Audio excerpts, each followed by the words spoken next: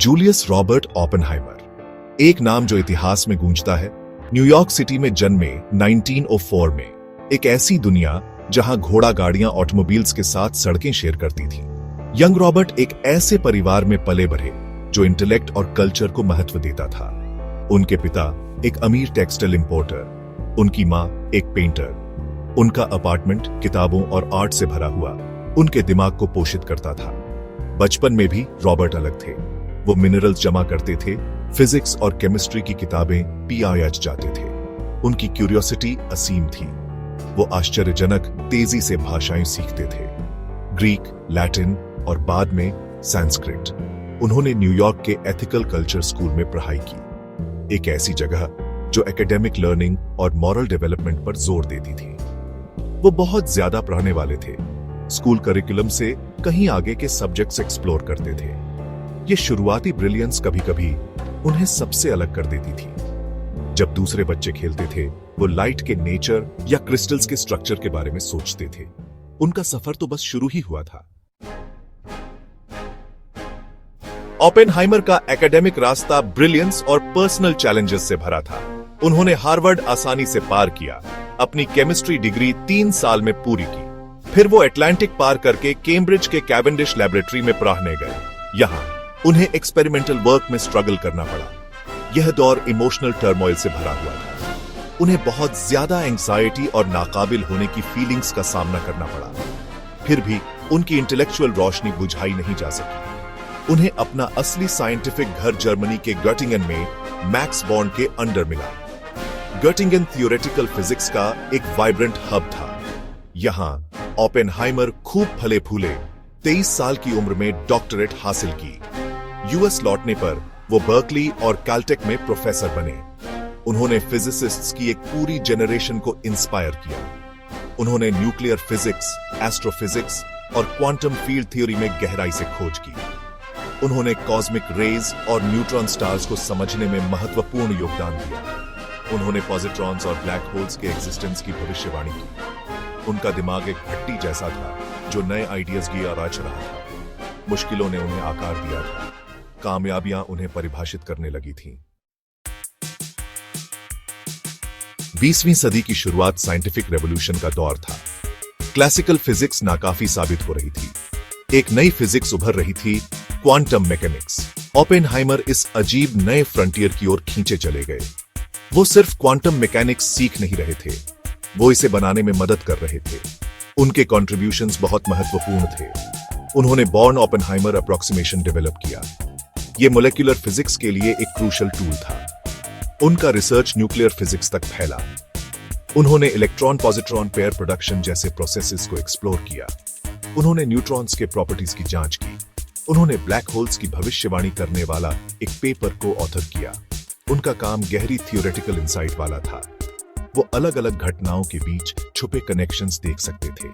उन्होंने quantum mechanics और relativity को एक साथ मिलाया। वो इंसानी समझ की सीमाओं को आगे बढ़ा रहे थे, एक एक इक्वेशन के साथ। इक्वेशन से परे ओपेनहाइमर इंसानी अस्तित्व की गहरी समझ खोज रहे थे। यह क्वेस्ट उन्हें भगवद गीता तक ले गई। गीता ने उन्हें गहराई से मोह लिया। उन्होंने इसे बर्कली में Sanskrit scholar Arthur W. Ryder के साथ पाराछा। गीता विचारों का एक कॉम्प्लेक्स ताना बाना पेश करती है। ये धर्म, कर्म और मोक्ष की बात करती है। ओपेनहाइमर के लिए गीता ने मुश्किल हालात में एक्शन को समझने का एक फ्रेमवर्क दिया। गीता का मुख्य संघर्ष उनके मन में गहराई तक गूंजा। अर्जुन, एक योद्धा राजकुमार, को अपने ही रिश्तेदारों के खिलाफ लड़ना पड़ता है। कृष्ण उन्हें कर्तव्य और आत्मा की अमर प्रकृति के बारे में बताते हैं। गीता ओपेनहाइमर के लिए एक साथी बन गई, सुकून और इंटेलेक्चुअल चैलेंज का स्रोत। जैसे ही 1930s खत्म हुए, दुनिया तबाही के कगार पर थी। German advances in nuclear fission की खबर एलाइड साइंटिस्ट्स तक पहुंची। एक एटॉमिक बॉम्ब की संभावना के भयानक मिलिट्री इंप्लीकेशंस थे। ओपेनहाइमर नाजिज्म के उदय से बहुत चिंतित थे, इस खतरे को समझते थे। साइंटिफिक कम्युनिटी एकजुट हो गई। आइंस्टीन ने लियो सिलार्ड के कहने पर प्रेसिडेंट रूजवेल्ट को पत्र लिखा, एटॉमिक बॉम्ब की संभावना के बारे में चेतावनी दी। यूएस ने जर्मन से पहले एटॉमिक बॉम्ब बनाने के लिए मैनहट्टन प्रोजेक्ट लॉन्च किया। जनरल लेस्ली ग्रोव्स को एक साइंटिफिक डायरेक्टर की जरूरत थी। उन्होंने जूलियस रॉबर्ट ओपेनहाइमर को चुना। बड़े प्रोजेक्ट्स मैनेज करने के एक्सपीरियंस की कमी के बावजूद ग्रोव्स ने उनकी तेज बुद्धि और कॉम्प्लेक्स प्रॉब्लम्स को जल्दी समझने की क्षमता देखी। ओपेनहाइमर ने यह रोल स्वीकार किया। उन्हें एक सीक्रेट लैबोरेटरी बनाने और उसे डायरेक्ट करने का काम सौंपा गया। एक ऐसी जगह जहां न्यूक्लियर फिजिक्स थ्योरीज को हकीकत में बदला जाएगा। वो जगह होगी लॉस आलमोस, न्यू मैक्सिको में एक दूर दराज का मेसा। ओपेनहाइमर युद्ध के प्रयासों में योगदान देने की इच्छा से प्रेरित थे। A fascination with the scientific challenge और शायद किस्मत का एक एहसास। उन्होंने ये रोल स्वीकार किया। लॉस आलमोस गुपचुप तरीके से बनाया गया शहर एटॉमिक एज का दिल बन गया। ओपेनहाइमर इसके साइंटिफिक डायरेक्टर थे। उनके सामने एक अभूतपूर्व चुनौती थी। हजारों ब्रिलियंट लोगों के प्रयासों को कोऑर्डिनेट करना, अनगिनत थ्योरेटिकल और प्रैक्टिकल प्रॉब्लम्स को हल करना। ओपेनहाइमर इस मौके पर खरे उतरे। वो एक इंस्पायरिंग और इफेक्टिव लीडर साबित हुए। उन्होंने इंटेंस इंटेलेक्चुअल कोलैबोरेशन का माहौल बनाया। नैतिक दांव बहुत ऊंचे थे। ओपेनहाइमर और उनकी टीम अच्छी तरह जानते थे कि वे क्या बना रहे हैं। A weapon of mass destruction. कुछ साइंटिस्ट को गहरी आशंकाएं थीं।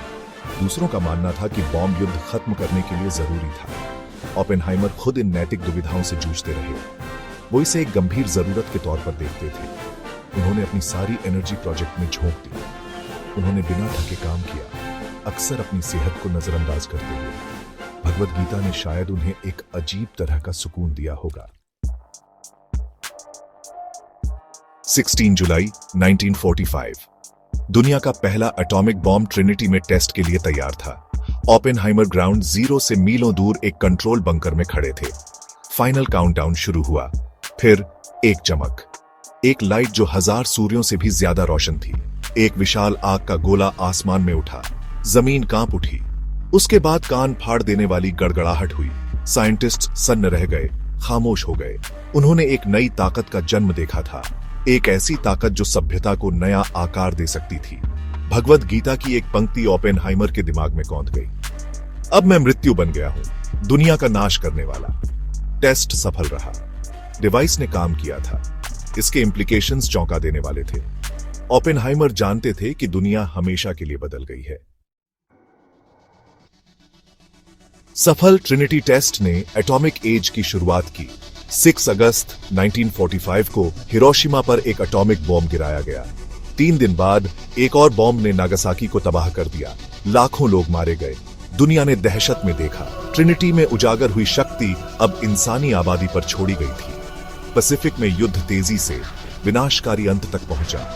ओपेनहाइमर ने हिरोशिमा की खबर लॉस आलमोस में रहते हुए सुनी। शुरुआती रिएक्शन राहत का था, लेकिन जैसे ही तबाही का पूरा मंजर सामने आया, एक गहरा, ज्यादा गंभीर माहौल बन गया। ओपेनहाइमर पर गहरा असर हुआ। वो अक्टूबर 1945 में प्रेसिडेंट ट्रूमैन से मिले। कहा जाता है कि उन्होंने कहा, मिस्टर प्रेसिडेंट, मुझे लगता है कि मेरे हाथों पर खून लगा है। ओपेनहाइमर की पीड़ा असली थी। वो अपनी रचना के नैतिक इम्प्लीकेशन से जूझ रहे थे। एटॉमिक एज शुरू हो चुका था और इसका आर्किटेक्ट इसकी भयानक रोशनी पर सोचने के लिए रह गया था। वर्ल्ड वॉर II के बाद ओपेनहाइमर एक पब्लिक फिगर बन गए। एटॉमिक बॉम्ब के जनक। उन्हें कुछ ने सराहा तो कुछ ने उनकी निंदा की। वो एटॉमिक एनर्जी के इंटरनेशनल कंट्रोल के हिमायती बन गए। उन्होंने ज्यादा शक्तिशाली हथियारों के डेवलपमेंट के खिलाफ तर्क दिया। वो समझते थे कि इंसानियत किस खतरनाक रास्ते पर निकल पड़ी है। युद्ध के बाद के उनके विचार, उनके अनुभवों और भगवद गीता से गहराई से प्रभावित थे। उन्होंने साइंटिफिक डिस्कवरी के दोहरे स्वभाव की बात की, इसकी अपार भलाई और अभूतपूर्व विनाश की क्षमता। उन्होंने माना कि साइंटिस्ट्स अब अपने काम के सोसाइटल कॉन्सिक्वेंसेस से अलग नहीं रह सकते। उनकी जिम्मेदारी थी कि वे जनता को सूचित करें और पॉलिसी मेकर्स को सलाह दें। उन्होंने मशहूर तौर पर कहा, "The physicists have known sin, and this is a knowledge which they cannot lose." Gita का धर्म का कॉन्सेप्ट उनके लिए एक कसौटी बना रहा। कर्तव्य के बारे में उनकी समझ विकसित हुई। यह इंसानियत के प्रति एक व्यापक जिम्मेदारी के बारे में था।